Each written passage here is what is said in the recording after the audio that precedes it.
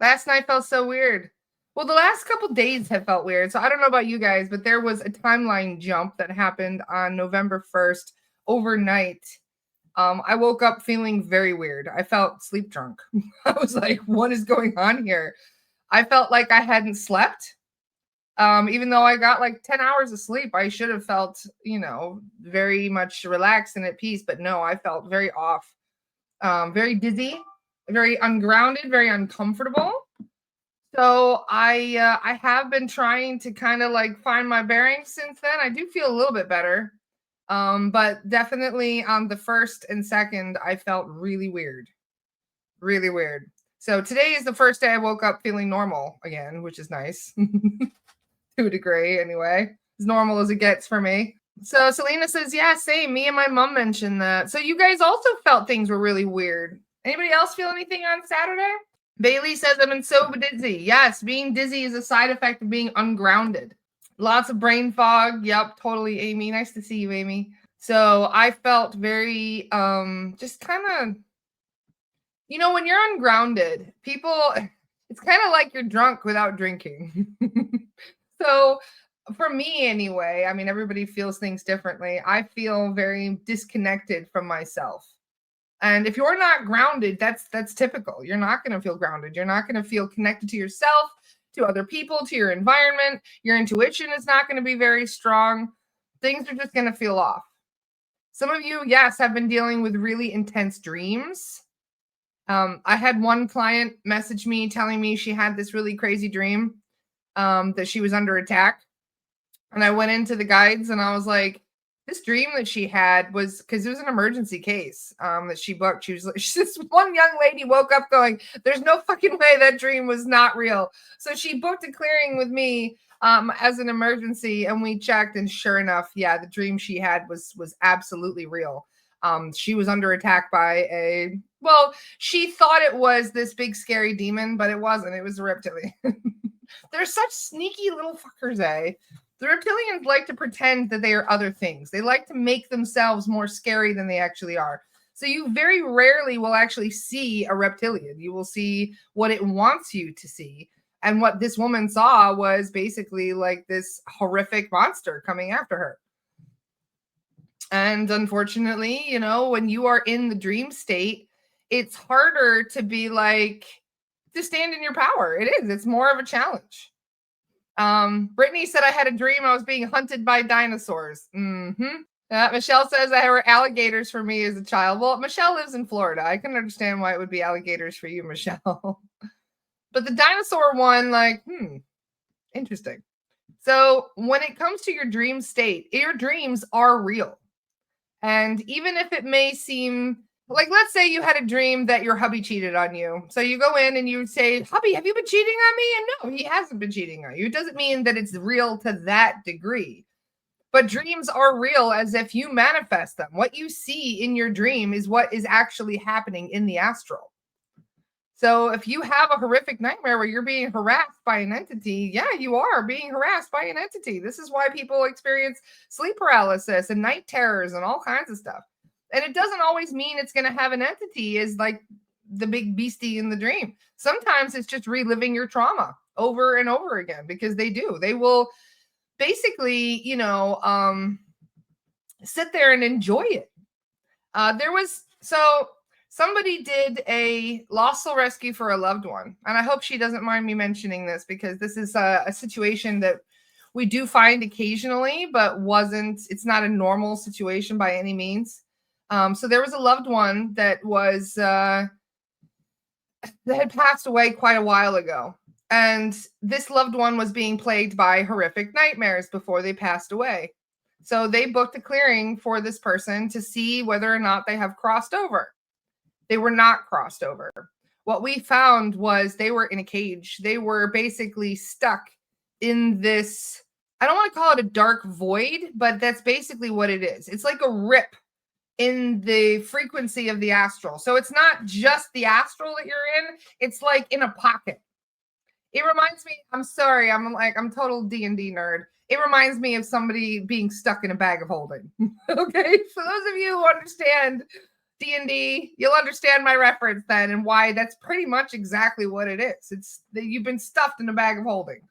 And when you're in that bag of holding, you're kind of in like the suspended animation to a degree. Like you're not, obviously you're not going to age or anything like that in the astral. But you can still be stuck in there for quite some time. And so I know Daniel Jackson's laughing. He understands. So being in that bag of holding, yeah, you are stuck there. And then that void with that entity.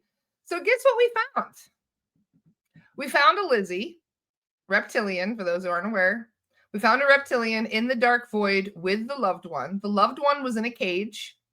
There were 20 other cages inside this bag of holding, for lack of a better word here. And each one of those individuals, each one of those earthbounds was locked in this cage. And like individually, like individual cages. It reminded me of like a place where you keep animals, like a dog, like a dog kennel is what it was pretty much like.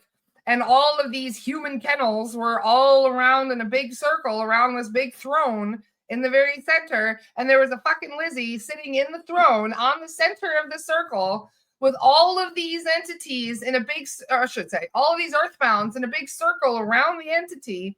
And he had the cords, because we always were talking about energetic cords, right? And he had a cord to every single one of those earthbounds in those cages. Yeah, he was basically using the cords like a straw, like sucking the energy out of the earthbounds that he had stuck in there. This is the kind of shit we find.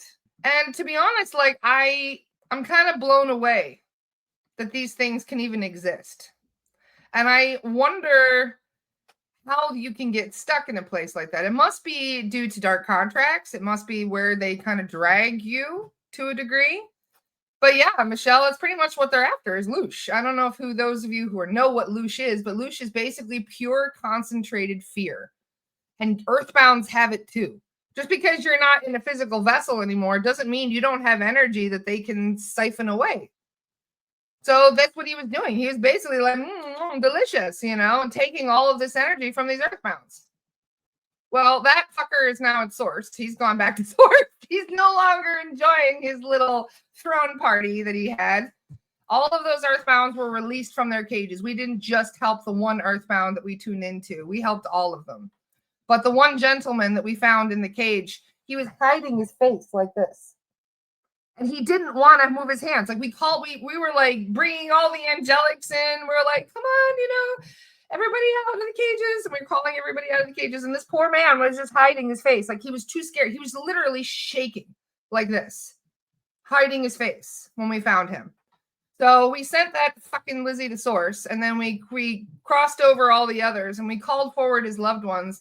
And even with his loved ones, he was too scared to look up. Like he was too scared. He was doing this until we sent him to the healing place. So I know there's a lot of galactics that kind of pay attention to my podcast. The reason for that is because of the things that I talk about, but also because there's so much involvement right now with these galactic races. So the reason I'm mentioning this is the situation here on Earth is so much worse, so much darker than even the galactics had in mind before they came here. I think most of them have no idea how bad it actually is down here. They're starting to realize it now. They're starting to come to terms with it now that we're finding all this kind of shit. But at the same time, there are so many people who have been stuck for a long time. When we went to Salem, my grandmother, she had a plot in this really, I think I talked about it last week a little bit, but I wanted to mention it again. There's a family plot that's just outside of Boston. This place called Sleepy Hollow Cemetery, a really interesting place. There's a whole lot of famous authors and things buried there. We went to connect with my family at that space, and I went and cleaned off all the lichen on all the graves, and we made sure that everybody could see. Like, there's a lot of stuff that had moved and grown over and things like that. So we cleaned it out. And thank you to Bradley for helping me to clean up my family plot there. But as we were chit-chatting, Sam came through, Bradley's guide, and said there are two of them that had been stuck, that had not reincarnated yet. One of them I knew hadn't reincarnated yet because we had only saved him a few weeks ago. One of my great uncle was stuck somewhere in the astral because he took his own life in 1972. We went and saved him a couple weeks ago, which was really lovely. Thank you to the team for doing that, for going and rescuing my great uncle Craig. Since 1972, he was stuck in a dark void with an entity. So we went to check on a couple other family members, and there was a great aunt that one of my great aunts passed away in 1937. And I thought, I mean, she's probably reincarnated like twice over since then. Oh, there's 108 people watching right now. Hi, Siddhartha, love you. So I'm representing Siddhartha today. I got a new Siddhartha pendant at the Crystal Show yesterday. So anyway, so we were basically just trying to connect with the family, and they know when you come and visit. For the record, every time you come and visit a family grave site, they know. The family is aware that you're there, and they love it. They love it when you come and honor them and bring them flowers and just, share stories and talk about them and that sort of thing. I asked about my family and if they had all crossed over, and they said one of us isn't here. And I said, who? And they pointed to Phyllis. It's my great aunt who died in 1937. She was actually the reason they bought the plot in the first place. So they bought that plot in 1937 for her.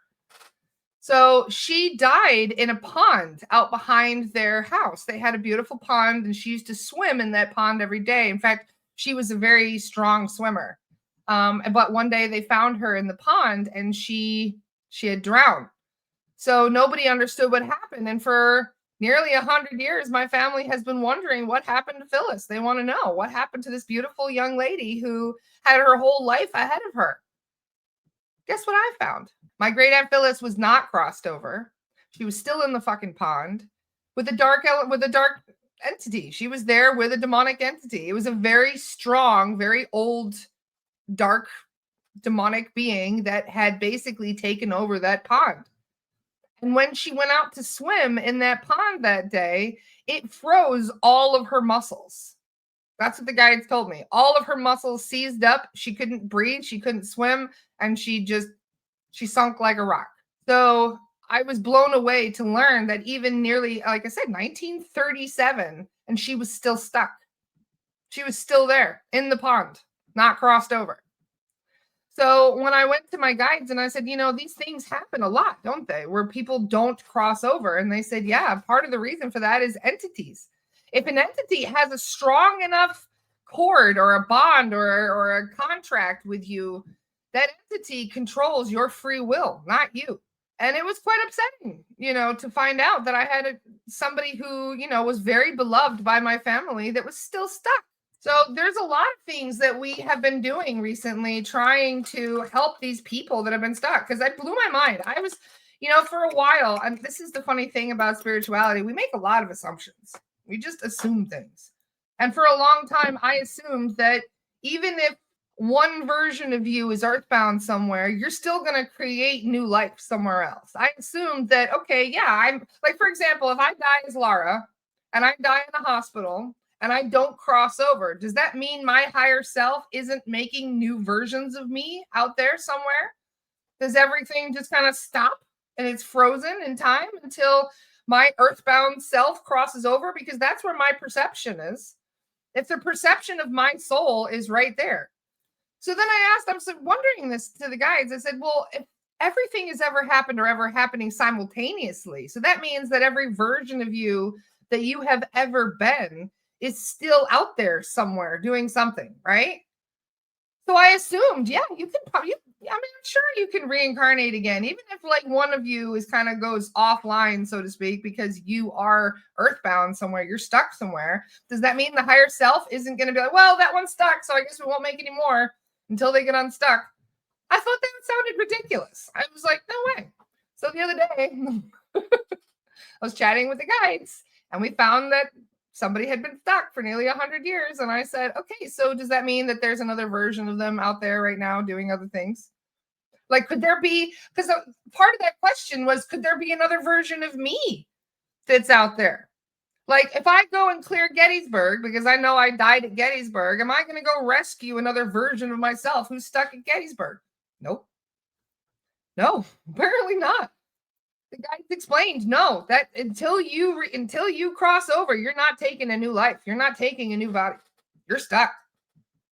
Your soul advancement stops temporarily until you get rescued. But yeah, you're stuck. If you're stuck in a dark void, there may be other versions of you that exist in other timelines, but your higher self, I mean, it's not going to make other versions of you. You don't reincarnate until you get helped. And this is one of those many little things that I wish I could talk to the manager about. I'd be like, what do you mean? If they're stuck, they can't come and have another life. What does that even mean? So this gives me even more incentive to help lost souls, because this whole time I've been assuming, oh yeah, just because one version of them is stuck doesn't mean there can't be other versions that are out doing things. So yeah, that's a really good question, Ariana. Ariana says, why can't we just change our point of focus? That's a really good question. I don't know. That's a really good thing. I would love to know why it works this way. Like, we're trying to understand the quantum nature of reality and how this hologram / video game works down here. Leanne says, but your other versions keep on living life, right? That's not where you are right now. So technically, your perception isn't locked into those other versions of you. Your perception is locked into this version right now. So if this version doesn't cross over, so this is the kind of thing I ask the guides whenever I'm working. We were doing cases the other day on Saturday with the students, and I had this like mini epiphany. We're hanging out with Adriana, and so much gratitude to Adriana for basically just hanging out with us. For those of you who aren't aware, for our academy, our Astara Academy, for those of you who are going to be taking SRT1 starts on Friday. Which reminds me, I forgot to even put it down that I will not have a podcast on Friday because I'll be in the middle of class on Friday. So no, there won't be a solo podcast Friday because I will be in class from, I think it's 10 to 4, I believe we have it set. So anyway, SRT1 is an introduction to all the things that we clear, right? So even if you're not interested in the certification, SRT1 is great because we teach you everything about what you'll find in your report. So if you're interested in learning about what we clear, what we release from people, SRT1 is designed for that. So we teach you everything about your reports. So for those of you who want to understand what we clear, how we clear it, that sort of thing, SRT1 is fine. For those of you who are interested in doing the work that we do to work with spirit guides to clear demons and reptilians and shit from people, that's SRT2.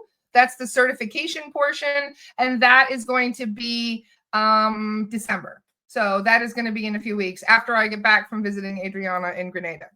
So after you've taken SRT2, so you're in the certification portion, every week we have 2 meetings a week where this is for normal, for hanging out with us. So every Friday we do Lost Soul Rescues now. So Lost Soul Rescue is when we basically sit down to help lost souls, like I was just telling you guys about. And we had a really good one Friday, which I'll tell you guys about in a minute. So on Saturdays, we have our weekly Astara meetup, and we do them bi-weekly at separate times. So that way, like once a week, we'll have it earlier in the day for people who are like in Australia or, Europe, that sort of thing. So every Saturday, we have those meetings. Sometimes they're at noon, and then the next week we will have it at like 6 p.m. The reason for that is so people in America who are out of work. So basically, we try to make it so that way it helps people in different timelines. So on Saturday, we sat down to do some clearings and just to hang out as we do as a group. We do pro bono cases. We ask the guides questions. Adriana goes into trance. So we hang out with Zach and we ask Zach all kinds of interesting questions. And the other day, one of the things, I had an epiphany. We're hanging out with Zach talking about entities, and we learn a great deal from the guides during these things because we can ask about whatever we want. And I had this really strange epiphany. It felt like a light bulb just went over my head. And it said, demonic entities are soul fragments. And I was like, oh. Like, wait a minute. Because I've been thinking this whole time that demonic entities are merely thought forms.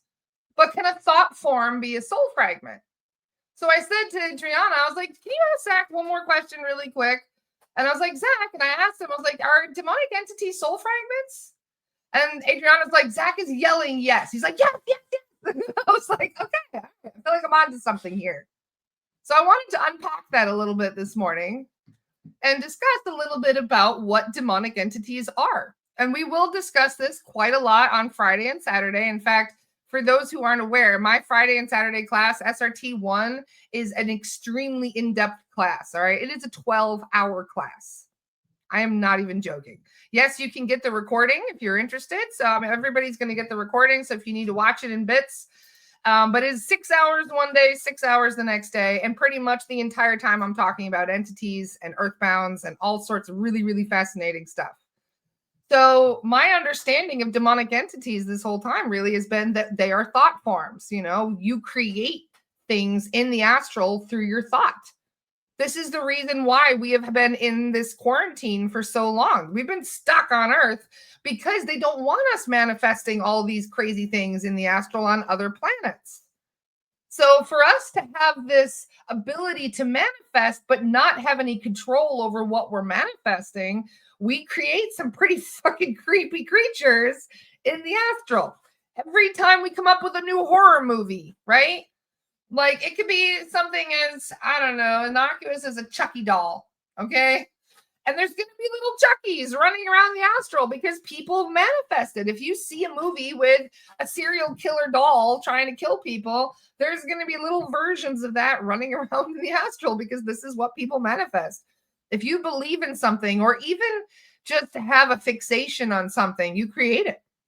Absolutely, you create it. The astral is very fluid that way.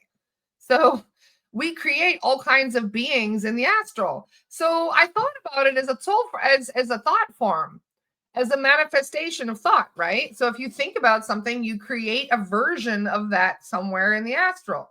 So I'm like, why would it be a soul fragment then? So I had the epiphany that demons are soul fragments. And then Zach was yelling, yes, yes, they are. But I haven't really had a chance to ask much more about that. So I'm just curious, what do you guys think in regards to it? Because you said, yes, they are. Demons are, in fact, soul fragments. Does that mean that a piece of you, and I kind of think of it like a splinter in a way? Because it is a very small piece of you that gets split from the whole. If you think about it, everything is source, right? Everything is God. Everything is source. But we are kind of like disassociated sub-personalities of source because we started as source, but then we said, you know what, I'm going to separate myself from source to a degree, just so I don't know that I'm source, so I can have a human experience. So I'll take a little piece of this source with me as I go, and I'm going to create this place where I manifest my own experience, even though I'm source, right? So I'm choosing this. So does that mean that every time we create a demonic entity, there we go, Allison just said it, that we give a piece of ourself away when we create that entity? Bingo. That's the part that I didn't recognize at first. That's the part that blew my mind on Saturday when I had this epiphany. And I'm like, so they're thought forms and soul fragments? They're like, yeah. And I'm like, holy shit. Does that mean that every big beastie demon out there is connected to a human or some kind of being somewhere? Yeah. I'm like, holy crap. So what about the beings that exist? What about these old world entities then? What about the demons that have been on this planet since before humans were even on this planet? Where do they come from? Well, they're a soul fragment from a galactic. They're a soul fragment from another being, from another beastie. So does this mean this is how they come from source? Yeah, this is how they come from source. Because you come from source. And if they're fragments of you, then that is coming from you from source. So it's another form of disassociation that splits and splits and splits and splits. I know. Amy says, whoa. I know, Amy. This is why for me it was like, ping. I'm like, oh. Another reason why we're stuck in quarantine, because they don't want us manifesting so many beasties. And that is why they get sent back to source. Yes, exactly. Jenna says that's why they get sent home for rehab. Yeah, exactly. They get sent back to source because technically everything is source. So yeah, it makes sense that it would be sent back to source. Jessica said, so how did my son's dad get stuck to me? Oh, my son's, oh, she mean like a demonic entity. Well, keep in mind that once we create a demonic entity, it's not really connected to us. I mean, it may be through a cord. Maybe there's some kind of a spider web cord that goes from your manifestation to going to you. So maybe that's how. I don't know. That's a really good question. We would have to look at your web of connections. And I say web because it pretty much is this way. There was somebody who booked a clearing with me this past week. Over the weekend, we were doing a lot of clearings. I kind of get like source amnesia a little bit for some of these clearings because they're kind of blurring together at this point after you've done 5,000 plus clearings. But this one case really stuck out. So this client came to me and said, you know, I had a Reiki attunement not too long ago. And this Reiki attunement, I felt really off after the Reiki attunement. She wanted to know like what's going on there. So we check in and guess what we found? The entities attached to the Reiki master had set a cord. She made a dark contract during the attunement. And that blew my mind as well. That you can make a dark contract during an attunement. When you have a plan to be a healer, you're trying to do healing work. And just by sitting in on the attunement and getting attuned by somebody who has a reptilian for a soul guide, she ended up with a dark contract and has been harassed in her dream state ever since. So when we went to connect to this, thank you, Carolyn. Carolyn's here. Yay. So Carolyn and I, when we were checking this, we were like, I could see it in my mind's eye, and I'm sure Carolyn could see it in a similar way, where it looked like a black spider web. That's what it looked like. At the center of the spider web would be the healer, the teacher, the Reiki teacher that was compromised. And then every person they attuned would be basically compromised by the same entity. And then the people that those entities would work on, I mean, it would spread the spider web. So every time you would attune a new healer, and then that healer would go to work on people, that black spider web of entity connection would get stronger and bigger and bigger. And so Carolyn and I, when we found this web, we were like, what do we do? Like, this is huge. Like, this is massive. Like, this goes beyond tracing the cords back to the healer.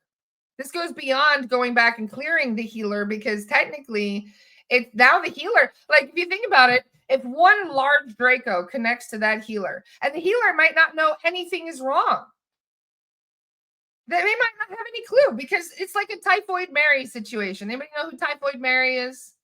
Typhoid Mary was a lady who was basically a carrier of typhoid, and yet she didn't get sick.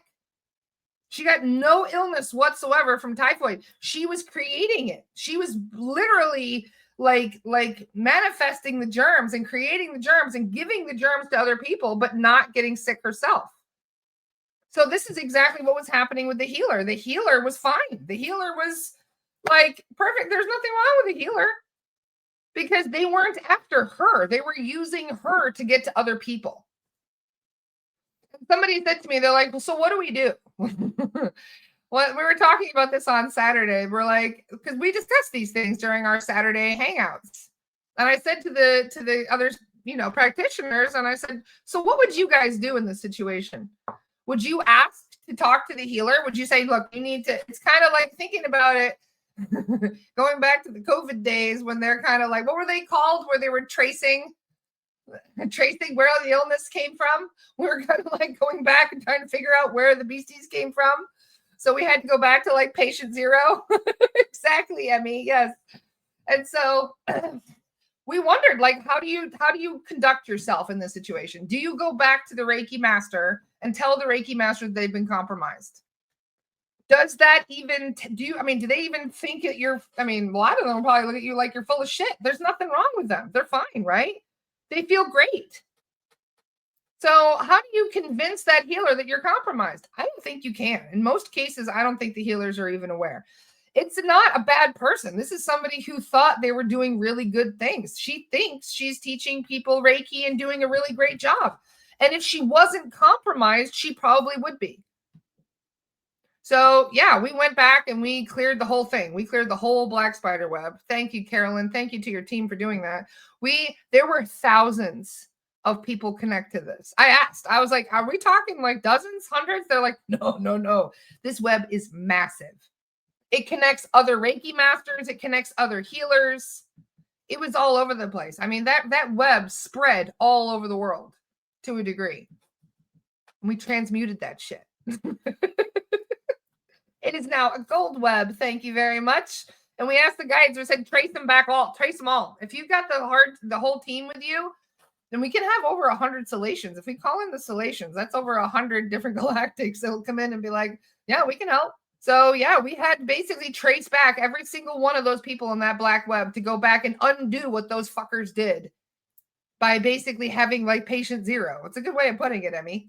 It is basically like patient zero.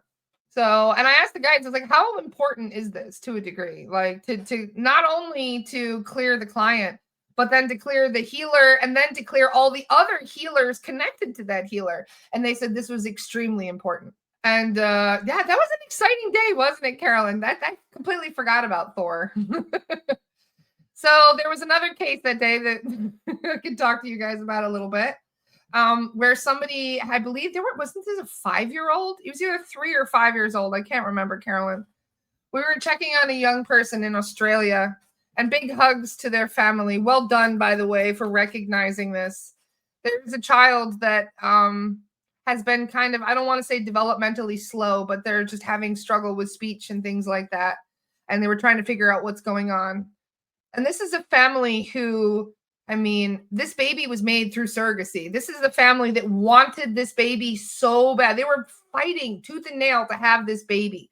They wanted, I mean, when you go through IVF and surrogacy and all that shit, you have done everything in your power to bring a child into this world.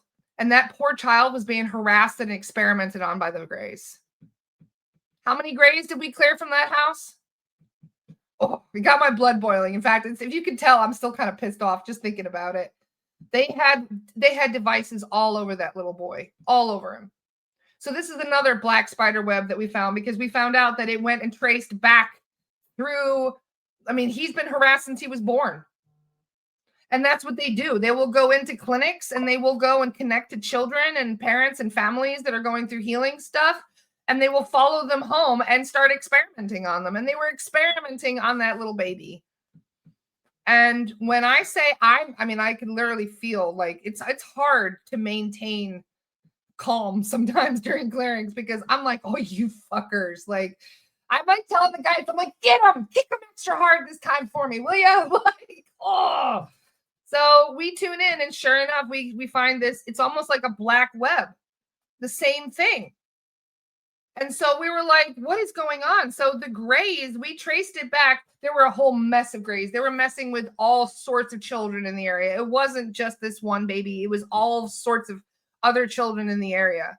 We sent them to Source. We put some extra protection. We called in an angelic soul guide for this little baby now. So that baby has a lot of extra protection now. But that was really awful. And to be honest, like when we called in the guides, we could even feel the anger of the guides. Like sometimes righteous anger is very much a thing.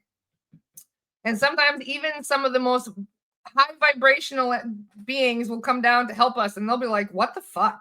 They get pissed off themselves too. They're like, this is despicable. And it was. I mean, it's absolutely despicable what they do.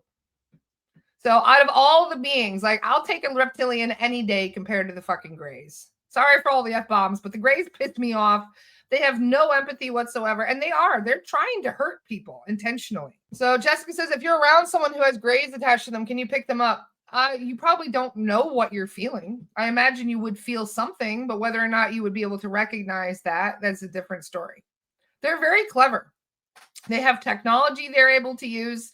Out of all the entities, out of all of them, Greys are the worst. Yeah, exactly. Carolyn says, Thor flew in like, fuck this. Thor came in and fucked him up big time. I guarantee we sent over 100 Greys to Source that day. By them tracing all of these others, it's just unbelievable what we're dealing with on this planet and how people have no idea because you can't see it. We're dealing with an enemy you can't see. So it's very unfortunate that the situation is what it is. So what do your team do? It's so valuable and needed. It's awful to be under siege and not even know why. These things weren't as prevalent as they are now. And I asked the guides, it's like, is this getting worse? Like, I feel like this is worse than it used to be. And they said, oh, absolutely. Absolutely, it's worse.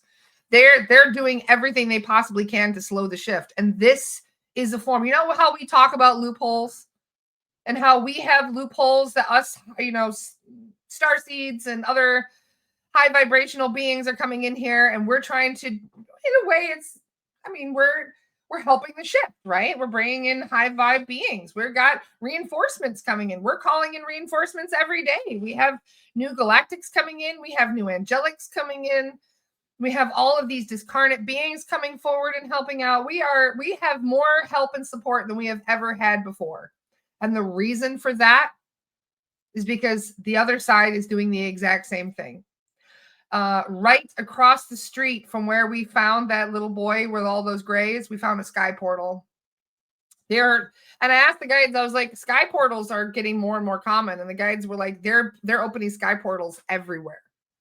Everywhere they're bringing in sky portals. And I was like, why? And they said reinforcements. Every time they open a sky portal, there's bringing entities in here that shouldn't be here. They're not even from our timeline. They're not from our frequency. And it's just like in the Avengers movie. And I know what I sound like when I say this. But when you see in the Avengers movies, them opening portals and having entities, these galactic alien beings coming in to stir up shit, and it causes chaos, like everybody's screaming and running away, that's actually happening right now. But people don't scream and run away because they can't see it. They don't know what's happening. And the only way they're going to know is if what they feel. So they'll feel an entity coming in. They'll feel something attacking them. They'll feel something on their chest. They'll feel pain in their head. They'll feel intrusive thoughts coming in, but they don't see the entity that's causing that. They don't know why they have those intrusive thoughts. They don't know why they have extreme pain that just pops up out of nowhere. It's because they're being attacked and they don't even know it. They have no idea what's even happening because they can't see it. So it's just one of those things where the world is going to get crazier, and it has been getting crazier and crazier. And as soon as if we were to recognize, if we were to actually see what we were dealing with, we would be in the middle of an Avengers movie right now. You are living one right now. You just don't know it. And the galactics that we deal with on a daily basis, they really are hurting people. They really are causing people to self-harm or to have accidents or to get very, very sick for no reason. Svetlana says, by grays, are you talking about the Matra? No, we are not talking about the Matra grays. The Matra grays are the worst grays that live on this planet. No. If you see a Matra gray, it's probably going to be one of the last things you see. And luckily, we have not had to deal with them. There are over 165 different types of grays. Some of them are small and rather, they just doing their thing. They don't even pay us much mind, the smallest ones.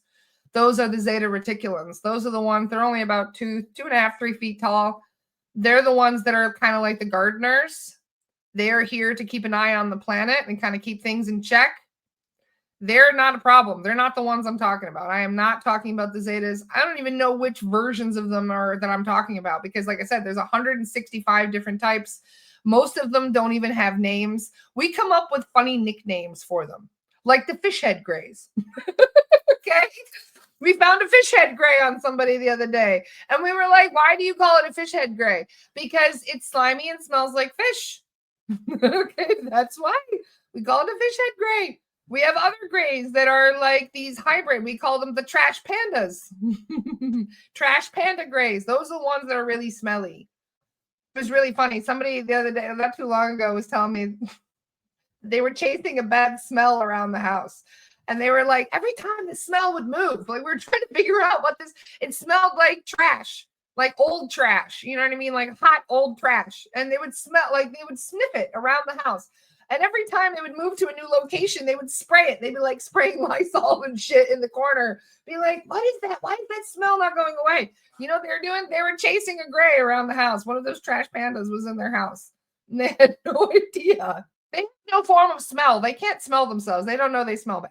So don't get me started on the grays. I could go off about them. They're the worst. Out of all the things to have, if I wrote down that you have grays in your report, chances are you're going to need a recheck. Just saying. They don't give up very easily. There was one client, we sent nearly 100 grays to source trying to keep them away from her, and it worked. Eventually, they were like, all right, we can stop sending grays now. We were like, because every time we cleared them, they would just send more of the little goons her way. So we would just keep clearing them and clearing them and clearing them. We probably sent 100 grays to source before they were like, all right, like maybe we should stop sending them to her. And we found out why, because guess what? That person was part of the hybrid program. So yeah, we have found several people who have been part of the hybrid program. They will literally take parts of you to be part of their experiments. It's not just about doing experiments on you. They will do experiments on your sperm and eggs too, if they can get their hands on them. So, oh yeah, we are quite literally being treated like guinea pigs. And in most cases, 99% of the people that are being treated as a guinea pig have no idea. They might notice something is off, but they won't know what that something is until we go in and have a look. Ariana says, oh yeah, they'll give you astral babies. No, honey, these are living, breathing beings. These beings, so this is something that a lot of people don't understand, and this is really important to express. Every single layer, every single frequency, every single dimension is solid when you're locked into that dimension. So the 4D astral, you may be able to manifest with thought there, and it may be a much more fluid reality, but it's still physical when you're in the 4D. When you're locked into 4D, it's physical for you. These are living, breathing beings. These are not astral creatures. Because an astral creature, I could manifest an astral creature right now. I can visualize a Jersey devil with its freaky wings and its weird cloven feet. I could see it in my head right now, and I could manifest a version of the Jersey devil in my head right now. Okay? Now I'm going to turn it into a tree. Boom. There we go. I just turned the Jersey devil in my head into a tree because I can do that. I'm thinking about it in my head. If I can see it in my head, I create it in the astral. It doesn't work that way. What we're talking about with the hybrid beings, they're actually making physical beings. These are actual living, breathing creatures. The reptilians we remove from people, that's a living, breathing creature. It's out of phase with you. So it may seem like it's more ethereal, but no, that is a living, breathing creature. They get stripped of their body when we send them to source. Okay. We straight up, they get Doctor Strange. Do you know that scene with Doctor Strange where the ancient one basically like pushes him out of his body? They can do that. You know how Kat basically snaps her finger and strips the Lizzie naked? It's like that, but more. Okay. They get stripped down to their soul essence before they get sent to source. But that is a living, breathing being that gets stripped of that essence before they get sent to source. So no, we're not. When we say we find a nest in your house of little baby reptilians running around, that means in 4D, 5D, whatever frequency that is, there are little baby reptilians running around your fucking house. Yes, I'm not even kidding. These are living, breathing creatures we are dealing with. And it's hard to understand this. Thanks to Kat, I have a really good reference point now for this. Has anybody, what is that movie called, Kat? Valerian and the City of 1,000 Planets? Is that the name? So for those of you who haven't seen this movie, Valerian and the City of 1,000 Planets, it's basically there's like this market that they go to. It's an interdimensional market. And I love that there's 144 people watching as I talk about this. So when you have an interdimensional space, right? In the movie, they go to this interdimensional market and all they see is like a desert. There's nothing there. It's empty, right? There's nothing there. So then they walk through this gateway, and this gateway turns their frequency. It changes their frequency higher, and it gives them a perception that goes beyond the normal 3D perception, right? And as they walk through this doorway, that empty space in the desert becomes like this thriving metropolis. Like it's the whole city. The whole city. And you can't see it because you're locked into 3D. So as soon as you walk into that doorway, your frequency alters. You immediately go into 5D or whatever frequency that is. And then you can see the entire city and all the galactic beings that are there. And it's quite funny because people can walk around and they can buy things. But if they want to take it out of the market, they have to put it onto this weird, it almost looks like an airport conveyor belt where they put it on and then they have to transmute the frequency of the thing that you bought. So let's say you bought a house plant in 5D, right? And you have to leave through 3D. So what you do is you go in, you go through, you can see everything now, you go in, you buy it, And then as you're leaving, you have to put it on this little conveyor belt, and then it alters the frequency of the thing that you bought. And then it appears in 3D as a physical being, as a physical object. So they had to put goggles on, right? They had these special goggles on so they could see and walk around. That's exactly what Earth is like. They explained it to a very good degree on how these things work. So yeah, what you may see a desert. You may not see anything. Doesn't mean that at higher frequencies, there's not a whole city that exists there. So if you would like a better understanding as to how the different frequencies work and what beings can exist in different frequencies, watch that movie, Valerian and the City of 1,000 Planets. You'll understand it more because it goes all into frequencies. They're constantly jumping between dimensions to do shit because a lot of the stuff is happening at lower dimensions and then a lot of stuff is happening at high dimensions. So they have to keep jumping back and forth between dimensions to be able to see what's actually there in the different frequencies. Allison says, what if that's really how it works? No, that's what I'm telling you. That is how it works. That's exactly how this works. And this is why I don't give a shit. People can call me nuts all they want. Yeah, you may not be able to see a reptilian. Well, you're not in 5D yet. When you're at a higher frequency, you will see them because they are real and they are living, breathing creatures we share this planet with. And just because we're out of phase with each other, we're doing this. Okay? Since we're doing this, we're in 3D or 4D, they're at a different frequency. So this is why we can't really perceive what's around us. So if you were locked into the same frequency, it would be solid for you. You would be able to see them, and we would be in Orion Wars 2.0. We absolutely would. We would be in the Orion Wars 2.0 right now. If we matched frequencies, instead of doing this, if we weren't doing this, and we were doing this, locked into the same dimension and frequency, we would be able to run up and punch a Lizzie in the face like I had in my profile picture. So the reason why everything is intensifying is because it used to be like this, right? The difference between frequencies used to be so much more than it is. So now, instead of doing that, we're doing this. And then we're doing this. And we're getting to the point where it's going to be like this. And that's when we're going to be able to see everything around us. But this isn't going to last because that's not the goal here, okay? Eventually, it's going to be like this. So if it's like us, this hand is us, this hand is them, okay? They were at a higher frequency, we were down here. So it was doing this. This is what was happening. So then we get on the same level as them, okay? And then we keep moving. We keep going up, but they keep staying at the same level. Do you get it? Does that make sense? I'm trying to explain quantum reality or quantum physics here in a simple way. So they are technically locked into 4D and 5D. So we have to pass through 4D on our way to 5D frequency. Does that make sense? So right now we are working our way up to a high 3D frequency, almost lower bank level of the 4D frequency.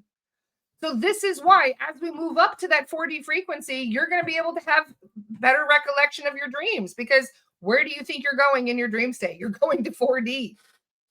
So this is why you're going to be able to remember your dreams more. You're going to be able to see entities more. I was in a bar yesterday because we went out for food. This is the only place that was close to this crystal show we went to. And as I sit down to eat with a friend of mine and Aiden and a few of us were just hanging out, I saw an earthbound in the corner of my eye. I saw them clear as day. And I know it was an earthbound because they weren't there. I went to look at the person and the person wasn't there. I could see them standing there in my mind's eye. I could see them clear as day in my mind's eye to my right. And it was almost like they were in my peripheral vision, right? Your peripheral is where you're going to be able to see the stuff first. And then when I turned to look at the person, as I turned to look, they vanished. They were gone. That's how I knew it was an earthbound. And then I was like, oh no. It's like, no. Don't touch me. And then as soon as I said that, I got goosebumps head to toe. And I was like, they touched me. Like, as soon as I said that, I was like, don't touch me. And sure enough, head to toe goosebumps. And I was like, oh, they just, they just did it anyway. So many thanks to Adriana, because I'm texting Adriana. I'm like, can you get this earthbound off me, please? So this is one of the reasons why I wanted to talk to you guys about this, though, because this is a very confusing thing for a lot of people. If we manifest into the astral, why can't we get everyone to manifest a fierce army of Irma, decimating all Lizzies? Because Irmas are living, breathing creatures. Sorry. They're living, breathing people. I didn't mean creature. I mean people. Sorry. Irmas are living, breathing people. They are born. They're not manifested. They are alive. That's why. I mean, yeah, I guess I could create an astral version of an Irma where I'm like, okay, I can visual. It's like an imaginary friend when I do that. You're not manifesting. I mean, you can imagine it. You can visualize and manifest an imaginary friend that is an Irma. Absolutely, you could. But that doesn't mean that there's going to be a living, breathing Irma in the astral just because you manifested it. That's a very different thing. Okay. Yes, you can call upon them.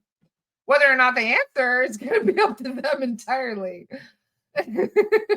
Daniel Jackson says, "Can I pet that dog?" The Irmas are probably the nicest of all the beings that come and help us. I'm just saying. The angels are lovely. I just absolutely adore the angels. The angels can be kind of strict though. They remind me of like that school marms, you know? Like they're very loving and sweet, but they're very strict. The angels are very strict. The Irmas, I mean, I've spent 70% of my incarnations as a warrior on this planet. So I'm pretty much like I have that soldier mentality. So this is part of the reason why I'm as crass and crude as I am and why I don't care about dropping F-bombs and I'm not as love and lighty as a lot of other people. I'm here to be a warrior. I'm not here to coddle people. And many of the Irmas have that same vibe to them where they're like, I'm here to fuck shit up. I'll give you a cuddle, but I'm going to fuck shit up first. Like that is why. That's what it reminds me of. So if you have this attitude of like, you know, you might have an Irma guide. Who knows? That's kind of what they're like. Carolyn says, I love my strict boundaries. Yeah, exactly. The angels have very strict boundaries. The angels are very love and lighty, but they're very strict too. They're very much like they remind me of like I said, an old school teacher. Like they're very strict. But I resonate more with the warrior types. Like even my own people, the Taygеттans, right? I'm Taygettan. I'm from Era. I resonate more with the Engen. I hang out more with Engen people than I do Taygettans.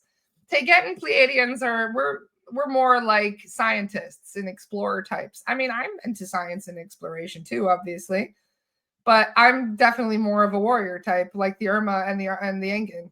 I mean, I was doing anti-poaching in the Kruger. I mean, that's just to show you as a hobby, like doing anti-poaching. I mean, Kat says, Steve, the mightiest warrior I know. That's true. Yes, the Andromedans are warriors as well. We love, see, our Andromedan friends, our Andromedan warrior friends. Yes, absolutely. The Andromedans are warriors. So we love you, Lord Shiva. They can't make sense of the word Taygеттn. I bet you can't. If my guides are in pods on a ship orbiting Earth, could I get brought to meet them? No. The Galactic Federation does not allow us to have meet and greets anymore. The zookeepers of this planet have even stricter rules than the angelics do.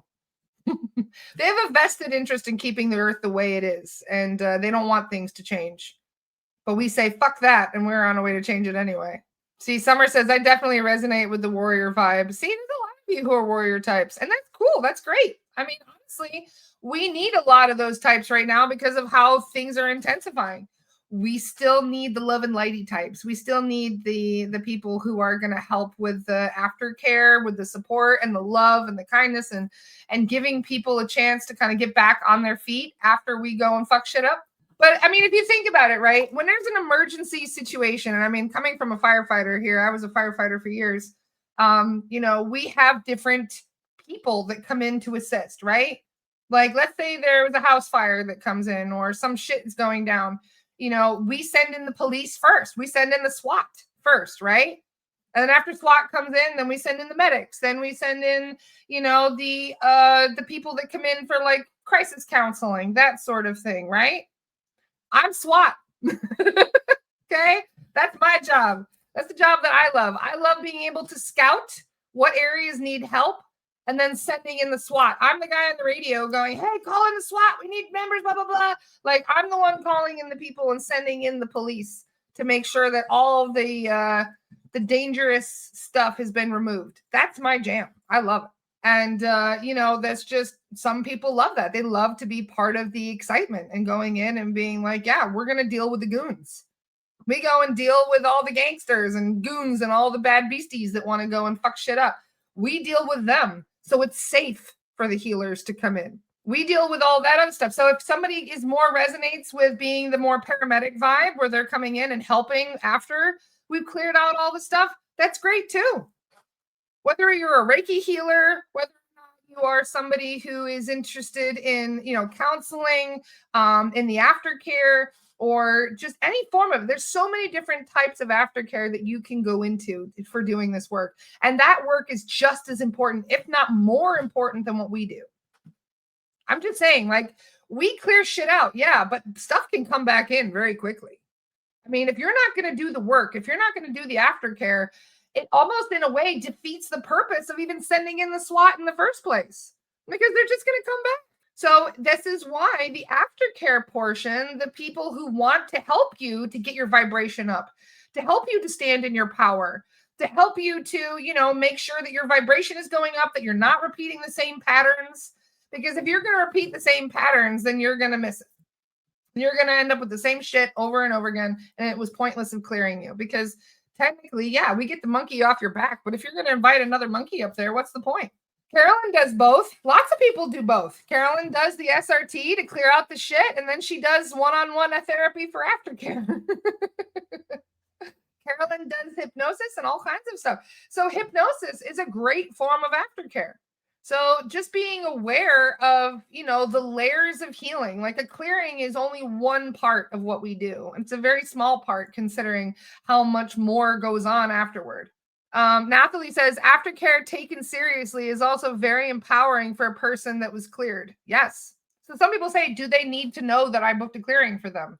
They don't need to know, but if you tell them, it's definitely better. I understand that some people are not going to take it very well. There's a lot of very religious based people out there, or people who are very strict atheists who don't believe. They think I'm full of shit. I don't really care. You know how many atheists have come to me for help after, even though they don't really believe in any of this stuff? They're like, well, let's see what you can do. And then they felt completely different afterward. And they're like, oh my God. So I don't really care either way, whether or not people believe in this stuff, because it does work whether you believe it or not. But it works better if you believe it, because then you're going to continue with the aftercare. It's one thing. It's like going and getting a shower. Yeah, you get the world's best shower when you get a clearing. But if you're going to go jump back into a mud puddle right after the clearing, what's the point? So the aftercare is the most important thing that we discuss. So that's why there's so many different things that we're going to be talking about in forms of aftercare. This is why I have somebody like Michael Garber coming on my podcast tomorrow, is to discuss aftercare, to discuss what we do next. Because it's one thing to get a clearing. It's another. There was something that allowed you to be a target in the first place. So depending on what that is, we have to change it, right? Because otherwise they'll keep using it. If you don't barricade the door, they're going to keep using that door. So you got to heal it. And then you're no longer going to be able to use that. They exploit your trauma. If you have, like, let's say familial trauma, they will exploit that. And they will use it until, as long as it's not healed, it will continue to basically be an easy in for them.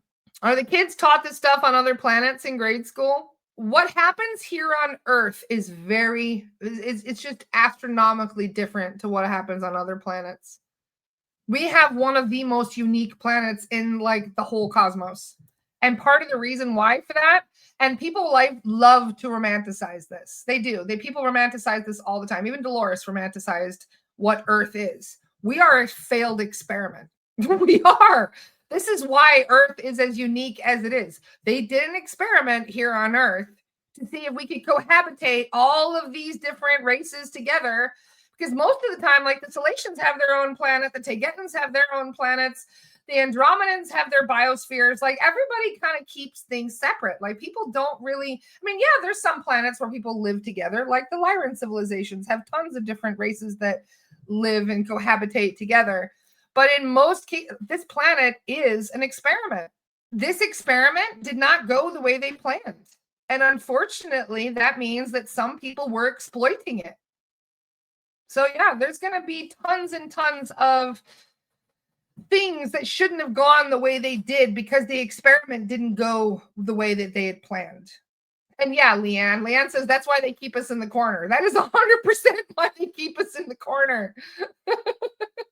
Yes, that is 100% why we're in a quarantine. They don't want us getting off of this planet because there's all kinds of stuff that exists here that doesn't exist on other planets. Do you know that dogs don't even exist on other planets? We created dogs. Humans created dogs. They took wild canines, yes, that do exist somewhat on other planets, and have been interbreeding those wild canines over and over again, millions of times over the course of thousands and thousands of years. You think chihuahuas and other things exist on other planets? No, they don't. There's all kinds of stuff that exists. I would say probably about 80% of what we have here on Earth does not exist elsewhere. So we have a very unique planet. Yeah, it's like a living library where everybody brought all of different beings from all different creatures from all different planets. Summer says, I tell my dog that when she's being bad.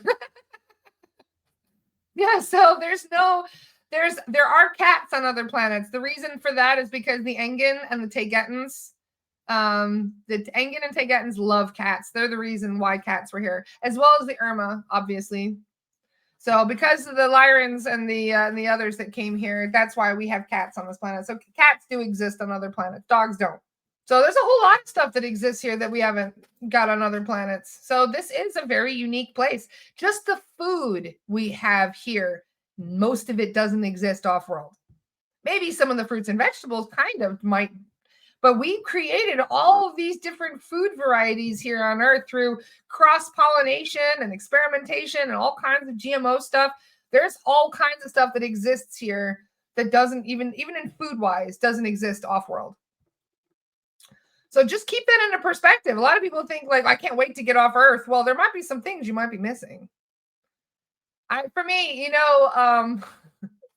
what is that one movie with Star-Lord and he's always playing music? I think that's the one thing I would miss most from Earth. If I were to leave Earth today, I would have to bring like my entire, bring so much music with me. It would be like 50 terabytes worth of music that I would bring with me. If I were to leave the planet today, and I could only take one thing with me other than Aiden, that would be music I would take with me.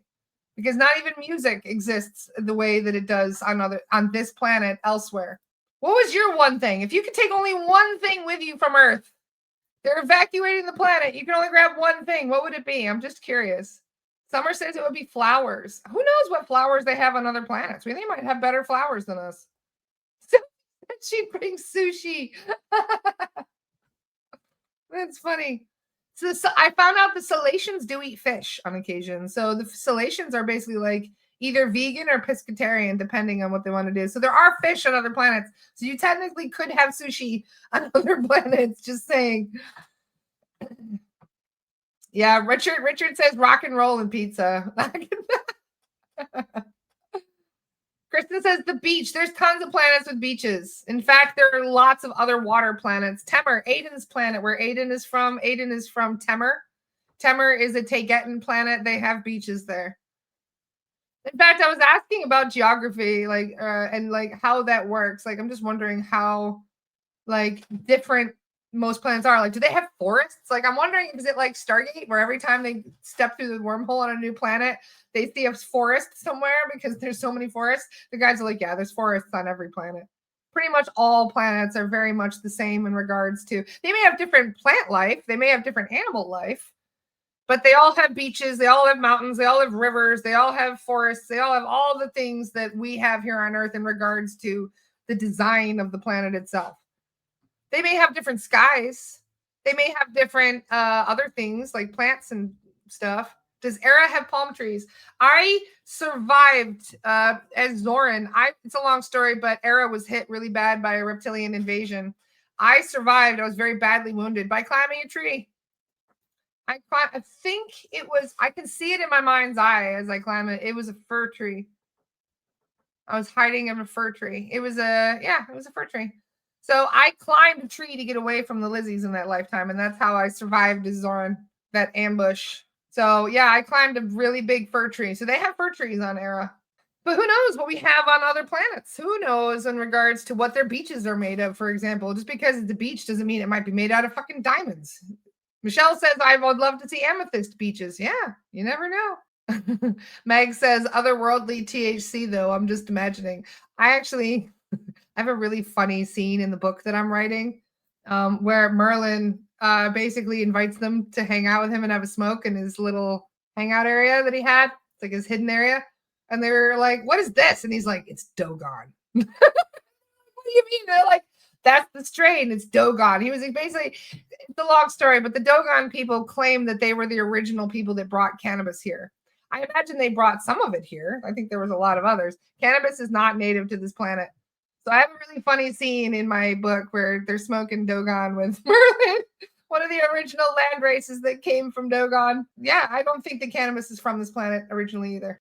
What about mushrooms? I'm pretty sure there's whole planets of mushrooms. I think that's how this planet originally started, was this whole planet was like giant mushrooms. Mushrooms are technically, if you think about it, they're part of one of the most important life forms you can have on any planet. So I imagine just with the mycelium networks and everything that they have, that it's very important to have that as kind of like a baseline for a planet, which probably could be why so many planets have similar life forms on it. Similar plant. I'm with you on that, Meg. Give you a whitey real quick. Can you make a post with pictures of other galactic beings? Maybe. I could probably start redoing some of them. I have a whole bunch of them from before, if you guys remember. I can share some of those today. Some of my older posts in regards to some of the different galactic races. I'm still working on my beastie manual.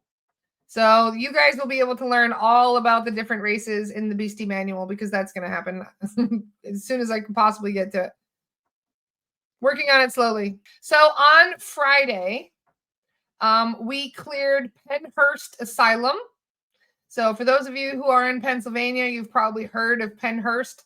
Pennhurst was a mental institution where they basically locked people up and threw away the key. Thousands and thousands of people who were mentally developmentally slow, but also people who were mentally unsound, just people who were, they would just throw them away. And many of them died at Pennhurst Asylum. So we went and cleared it, and we found some really, I don't want to give away the excitement. We found some really crazy stuff on Friday at Pennhurst Asylum.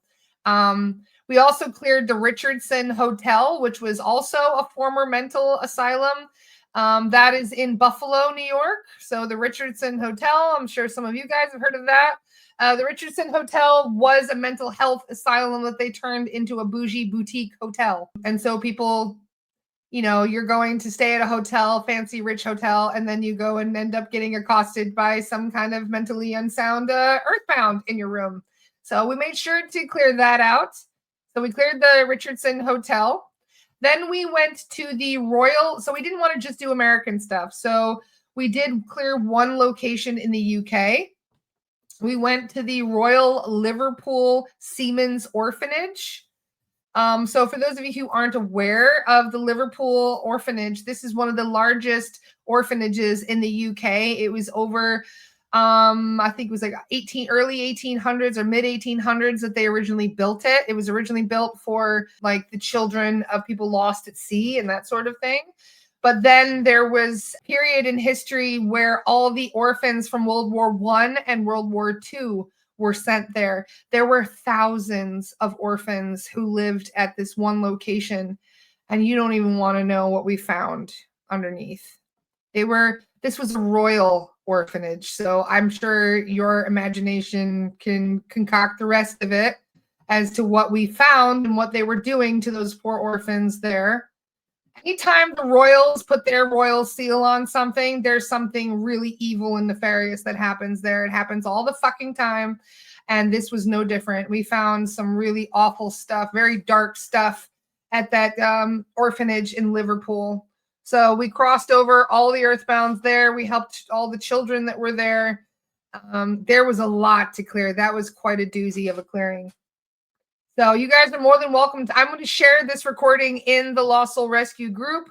So those of you who would like to watch it, I want you guys to see us work. We want you guys to see us do this work. So that way, first of all, so you can see it's not bullshit. That's a good reason to do it.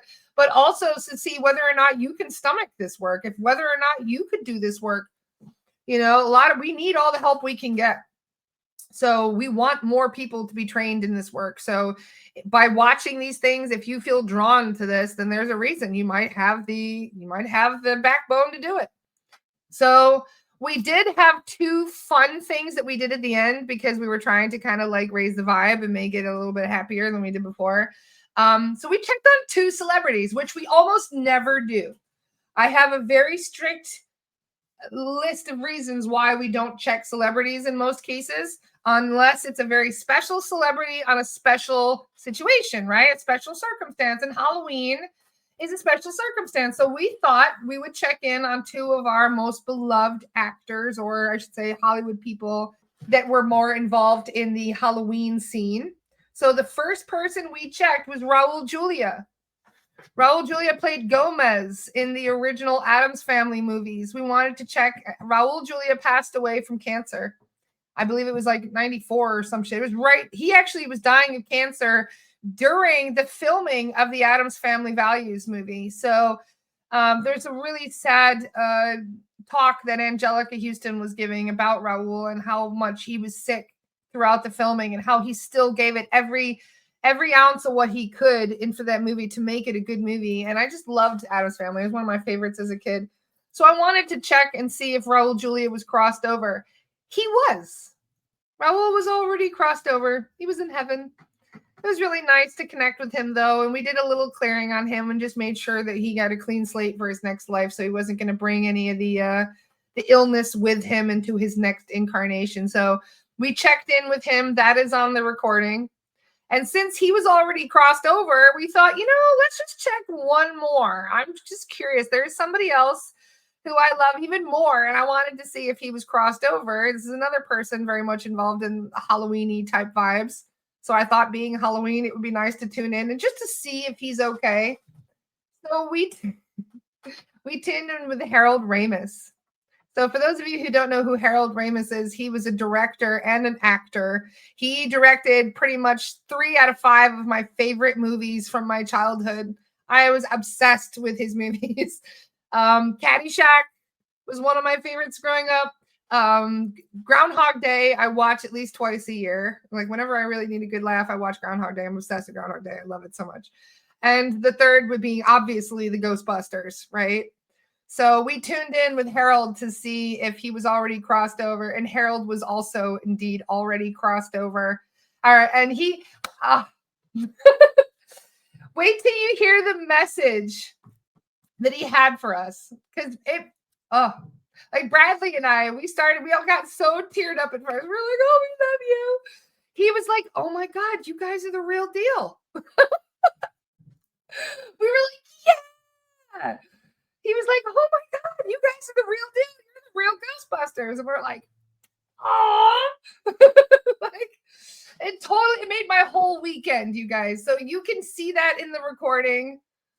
I'm telling you, it's gonna make you so chill. I just love Harold Ramis so much, and his attitude was so nice. He was so loving. So it was a fun one. So at the end, the first ones that we clear were a bit intense, I must admit. But towards the end, when we got to check in it was great. I have not checked John Candy, but someday we absolutely could. I love John Candy. I would love to. We stay away from the dark celebrities. There's a couple I wish I could check. I'm still a little nervous to check them. Who knows whether or not we'll see. But it was a really cool way to end our LSR. Exactly, Kat. So we had a really good time on Friday. So I will share that recording for you guys in the Spirit Release and Lost Soul Rescue. I'll do that as soon as I finish on Astara. So that way you guys can check it out. It was a lot of fun. It was great. So, and wait till you see what we found on the first location. There was a very interesting old world beastie on the first location that we checked. So it's a really interesting one. Heather said Robin Williams. Honestly, he's at the top of my list, but I'm a little nervous to check him considering what happened at the end of his life. I would love to check Robin. But Something tells me he's crossed. Maybe he is, maybe he isn't. I don't know. But the way he went makes me nervous. Otherwise, I probably would have checked already because this is no joke. This is the real deal. Like, if I was a scammer, I'd be like, nope, I'm the only one that can do this. I can't teach you. I'm sorry. So, no, actually, I'm doing the opposite. I'm like, I can't do this on my own. Like, so no, this is the real deal. This is no joke, you guys. So if you really want to help people get rid of all these scary things in the world and help us to, I mean, we're on the front lines. We are quite literally on the front lines of a holy war. Okay. So to put it into perspective, like, this is no joke. But if you think you've got the stomach for it, if you've been dealing with this shit your whole life and you've got that warrior mentality that I have, you're probably built for this work. This is probably going to be something that, like I said, you were made for this, like I was. I was 100% made for this. I live and breathe this work. Like, it's not even work to me. It's pure pleasure at this point. That's how much I love it. And we already have one more certified medium, Janet. I'm so proud of you. We already have a newly certified medium, and this week we may have a second certified medium joining us. So we even have new mediums coming up right now who are being certified in this work. So we have more facilitators than needed. But keep in mind that I know some of you are joining as a facilitator. I've had a couple people that their mediumship has advanced so rapidly they just jumped. Like Bradley jumped being a facilitator. He's one of them. Bradley planned on being a facilitator, and he did so well with his mediumship. He's just like jumped right over facilitator to become a medium. Some of you will have the same thing. So just be aware, like our beloved Janet, who we just certified last week, you might be surprised how quickly your mediumship comes online to do this work. The guides are like, we have no time to waste. How does one learn mediumship? We teach mediumship, Selena. So you're more than welcome to join in. Like I said, we teach mediumship. So we are happy to teach you as well. Mwah! Have a wonderful day, you guys, and I will see you soon. Bye.